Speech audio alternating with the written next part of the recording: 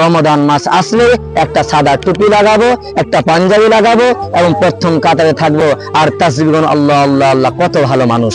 কিন্তু রমাদান মাস শেষ, মসজিদকে বলে গুড বাই, মসজিদ গুড বাই। আবার যদি দেখা হয় তাহলে 7 দিনে একবার আসার চেষ্টা করবো শুক্রবারে, না হলে ঘুরে রমাদান মাসে আসবো। এই যে চিটিংবাজি মুসাল্লি, এই যে চিটিংবাজি মানুষ আমরাই। শুধু রমাদান মাসে কি সীমাবদ্ধ যে আমাদেরকে সালাত আদায় করতে হবে, আমাদেরকে টুপি পাঞ্জাবি পরিধান করে দাড়িগুলোকে রেখে প্রথম কাতারে সালাত আদায় করতে হবে? শুধু রমাদান মাসে সীমাবদ্ধ? তা নয়। কারণ মহান আল্লাহ তাআলা বলেন ওয়া'বুদ রাব্বাকা হাত্তা ইয়াতিয়াকাল ইয়াকিন। আল্লাহ বলেন, হে আমার বান্দা, আমি শুধু তোমাদের প্রতি রমাদান মাসে সীমাবদ্ধ করিনি সালাত আদায় করা কি, আমি তোমাদেরকে রমাদান মাসে সীমাবদ্ধ করিনি গালিগালাজ থেকে দূরে থাকা, আমি শুধু রমাদান মাসে সীমাবদ্ধ করিনি যে তোমরা হিংসা বিদ্বেষ থেকে দূরে থাকো, আমি শুধু রমাদান মাসে সীমাবদ্ধ করিনি যে ভ্রাতৃত্ব ভালোবাসাকে বজায় রাখো।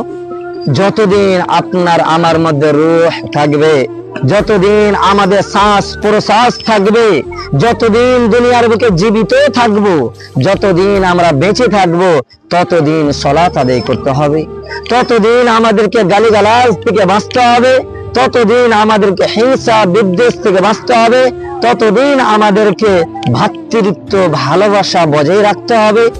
তারপরও আমরা কি করে থাকি? শুধু রমাদান মাসে সালাত আদায় করলাম, রমাদান মাসে ভালো কাজ করলাম, 11টি মাসে ঠিকই গালি দিই, ঠিকই সালাত ছেড়ে দিই, ঠিকই আমরা হিংসা বিদ্বেষ করি, ঠিকই আমরা মানুষের প্রতি দুর্ব্যবহার করে থাকি। তাহলে আল্লাহকে আমরা ধোঁকা দিচ্ছি, আল্লাহকে আমরা খাটো করছি, আল্লাহকে আমরা অপমান বা ইনসাল্ট বা ছোট করার চেষ্টা করছি। সম্মানিত ভিউয়ার্স, আমার বলার উদ্দেশ্য বা আমার কথার সারমর্ম হচ্ছে যে এই রমাদান মাসকে কেন্দ্র করে শুধু রমাদান মাসে আমরা সীমাবদ্ধ যে ভালো কাজ করতে হবে, সালাত আদায় করতে হবে, এটা করতে হবে, ওটা করতে হবে। কিন্তু এই 11টি মাসে আমরা নিজেকে একেবারে যে রমাদান মাসে আগে যেমন ছিলাম চোর ডাকাত নামাজ চোর সালাত চোর, যেমন ভাবে আমরা গালিগালাজ দিচ্ছিলাম, যেমন ভাবে নিজের ব্যবহারকে ফুটিয়ে তুলছিলাম, ঠিক তেমনই ভাবে 11টি মাস আবার আমরা অতিবাহিত করব।